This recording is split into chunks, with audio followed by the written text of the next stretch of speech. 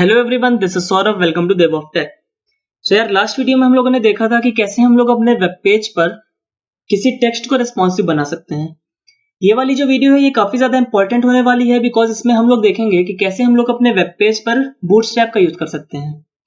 जब भी हम लोग वेब डेवलपमेंट के बारे में डिस्कशंस करते हैं तो हमेशा एक क्वेश्चन अराइज होता है कि कैसे हम लोग शॉर्ट इंटरवल ऑफ टाइम पर किसी वेबसाइट को बना सकते हैं और उसको लॉन्च कर सकते हैं।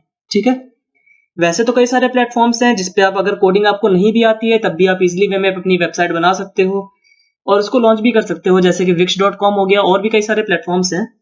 बट इन प्लेटफॉर्म्स के थोड़े से डिसएडवांटेजेस भी होते हैं। ठीक है, तो इसके बारे में हम लोग डिस्कस करेंगे बाद में। तो आते हैं हम लोग बूटस्ट्रैप पर। बूटस्ट्रैप हमारा होता क्या है? बूटस्ट्रैप हमारी एक फ्रेमवर्क होती है। ठीक है, अब एक क्वेश्चन रहता है कि फ्रेमवर्क क्या होता है। जब भी कोई डेवलपर किसी सॉफ्टवेयर पे काम करता है तो उसको कई सारी चीजों पे ध्यान देना पड़ता है। ठीक है, चाहे वो सिंटैक्स हो, चाहे वो स्मॉल स्मॉल फंक्शनैलिटीज हो। स्मॉल फंक्शनैलिटीज से डील करते करते कई बार बड़ी जो फंक्शनैलिटीज थी हमारे सॉफ्टवेयर की वो भी डिस्टर्ब हो जाती हैं। ठीक है, तो इन सब चीजों को कम करने के लिए, जो डेवलपर पे प्रेशर होता है उसको कम करने के लिए फ्रेमवर्क्स का हम लोग यूज कर सकते हैं। ठीक है, फ्रेमवर्क करता क्या है? जो भी हमारी छोटी फंक्शनैलिटीज हैं वो हमारा फ्रेमवर्क डील कर लेता है, जिसकी वजह से हम लोग अपने सॉफ्टवेयर के जो बड़ी फंक्शनैलिटीज हैं उस पर हम लोग फोकस कर सकते हैं। ठीक है, सो अब देखते हैं हम लोग बूटस्ट्रैप का यूज कैसे कर सकते हैं। ठीक, उसके लिए आपको सिंपली क्या करना है, आपको अपने ब्राउजर पे जाना है और सर्च करना है बूटस्ट्रैप 4। ठीक है, कई सारे वर्जन होते हैं बट हम लोग बूटस्ट्रैप 4 का यूज करेंगे, या फिर आप डायरेक्टली साइट पे भी जा सकते हो getbootstrap.com पर। चलो, पहले लिंक पे हम लोग जाते हैं। तो इंट्रोडक्शन पार्ट है, यहां से आपको ये फाइल कॉपी करनी है, CSS फाइल है ये। ठीक है, इस पेज को मैं पहले यहां से हटा देता हूं, एक नई फाइल बनाते हैं जिसका नाम हम लोग रख देते हैं boot1.html। चलो, सबसे पहले हम लोग जो हमारे जो इंपॉर्टेंट टैग्स होते हैं उनको हम लोग यूज कर लेते हैं।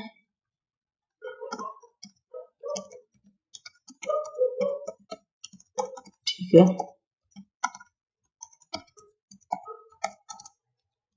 चलो, इसी के साथ साथ हेड टैग के अंदर भी टाइटल टैग, और टाइटल के अंदर हम लोग लिख देते हैं बूटस्ट्रैप।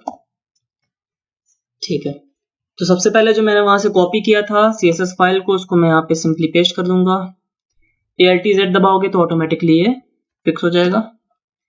इसके बाद 3 फाइल्स हमारी और थी, jQuery फाइल, जावास्क्रिप्ट फाइल्स। यहाँ से हम लोग इसको भी कॉपी करेंगे और इसको भी यहाँ पे सिंपली पेस्ट कर देंगे। ठीक है, एक चीज आप हमेशा ध्यान रखना, ये तो बूटस्ट्रैप पहले से ही दिया हुआ था कि जो jQuery फाइल थी वो पहले दी हुई है। अगर आप कहीं से भी कंटेंट उठाओ, ठीक है, कहीं से भी कुछ फाइल्स उठाओ, तो हमेशा ये चीज ध्यान रखना कि जो jQuery फाइल है वो सबसे पहले रखना। ठीक है, अदरवाइज आपका कोड रन नहीं करेगा। ठीक है, या फिर कोई ना कोई मतलब गार्बेज आउटपुट देगा वो। ठीक है, चलो, तो ये क्या था कि जो भी हमारी रिक्वायर्ड CSS, जावास्क्रिप्ट और jQuery थी वो हमारी इन लिंक्स में अवेलेबल है। तो मेरा कोड भी छोटा होगा और मुझे CSS, जावास्क्रिप्ट और बूटस्ट्रैप इंप्लीमेंट करने की जरूरत नहीं पड़ेगी। ठीक है, चलो, सबसे पहले हम लोग देखते हैं कि हम लोग बूटस्ट्रैप का यूज करके हम लोग नेविगेशन बार कैसे बना सकते हैं। ठीक है, आपको सिंपली क्या जाना है, आपको कंपोनेंट्स में जाना है। कंपोनेंट्स में जाने के बाद आपको यहाँ पे कई सारे ऑप्शंस मिलेंगे, आपको जाना है नैव बार पर। नैव बार पर जाओगे तो आपको कई सारे एग्जांपल्स मिलेंगे यहाँ पर। ठीक है, जैसे कि ये हो गया एक नैव बार, नीचे भी कई सारे एग्जांपल्स मिलेंगे। ठीक है, जैसे कि मुझे पहला वाला नैव बार पसंद है तो मैं सिंपली क्या करूंगा, इसका ये जो कोड था बहुत ही छोटा कोड है। और अब ये चीज ध्यान दो कि केवल ये HTML कोड है, CSS, जावास्क्रिप्ट कुछ भी नहीं है, क्योंकि वो सब कुछ अवेलेबल थी उन लिंक्स पर। ठीक है, सिंपली मैं यहां से इसको करूंगा कॉपी। ठीक है, और करूंगा इसको यहाँ पे पेस्ट। ठीक, इसके बाद अब अपने पेज को ओपन करते हैं। कहां गया, boot1।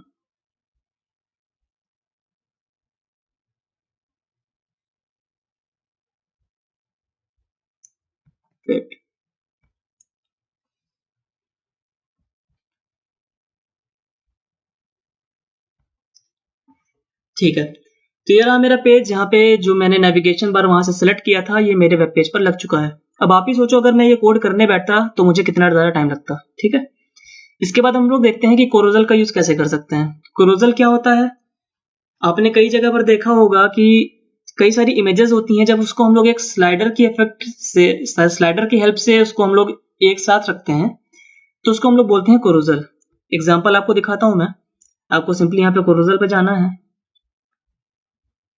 ठीक है। तो ये देखो first slide, second slide and third slide. इसके लिए आपको क्या करना है, छोटा सा कोड है इसका, कॉपी करना है और सिंपली नैव बार के बाद पेस्ट कर देना है। जब इसको सेव करके मैं अपने पेज पर जाऊंगा तो वो अभी इमेजेस नहीं आई होंगी, क्योंकि अब मुझे इस पे इमेजेस लगानी पड़ेंगी। तो सिंपली मैं यहाँ पे क्या करूंगा, जो src था उसके अंदर 1.jpg, मैंने अपनी कई सारी इमेजेस हैं जो मैंने अपने इसी लोकेशन पर रखी हुई हैं, c.jpg एंड c1.jpg। इसके बाद सेव करके जब मैं रिफ्रेश करूंगा तो जो मेरी इमेजेस थी वो ऑटोमेटिक यहाँ पर आ चुकी हैं, बट इसमें कुछ दिक्कत आ रही होगी। हाँ, तो आप देखोगे कि कई सारी जो इमेजेस थी इनकी हाइट थोड़ी मतलब अलग है एक दूसरे से। तो इसके लिए मैं सिंपली क्या करूंगा, अब यहीं पर हम लोग का यूज आता है CSS का। कई बार ये क्वेश्चन अराइज होता है कि जब मेरे को कोड पहले से ही मिल रहा है तो हम लोग HTML CSS लर्न करने की क्या जरूरत है। अगर आपको HTML या CSS या फिर जावास्क्रिप्ट नहीं आती है तो आप अपने अकॉर्डिंग चेंजेस कैसे करोगे इन पे, ठीक है। इसीलिए बहुत ज्यादा इंपॉर्टेंट होता है उन सब चीजों को लर्न करना। तो यहाँ पे आप चीज ध्यान दो कि जो भी इमेजेस थी ये मेरी क्लास कोरोजल आइटम के अंदर है, ठीक है। सिंपली मैं यहाँ से क्या करूंगा, इसको कॉपी करूंगा, ठीक है। हेड टैग के बाद मैं अपना स्टाइल टैग यूज करूंगा इंटरनल CSS का, ठीक है, डॉट पेस्ट। इसके बाद मैं एक फिक्स हाइट दे देता हूं, let's take as 650 pixels. Save करके रिफ्रेश करते हैं तो अब वो जो दिक्कत थी वो खत्म, ठीक है। तो ये था कि कैसे हम लोग अपने बूटस्ट्रैप को यूज करके नेविगेशन बार और कोरोजल का यूज कर सकते हैं। अगर ये सारा कोड अगर मुझे खुद से टाइप करना होता तो आपको पता है कितना ज्यादा टाइम लगता, ऊपर से ये स्टाइल टैग के अंदर कितनी ज्यादा CSS हमें यूज करनी पड़ती। तो ये था कि कैसे हम लोग शॉर्ट इंटरवल ऑफ टाइम पर ये सारी चीजें इंप्लीमेंट कर सकते हैं। आने वाली वीडियोस में हम लोग बूटस्ट्रैप के बारे में और भी सारी चीजें डिस्कस करेंगे। So kindly subscribe the channel so that you will never miss the upcoming videos notifications. Thank you.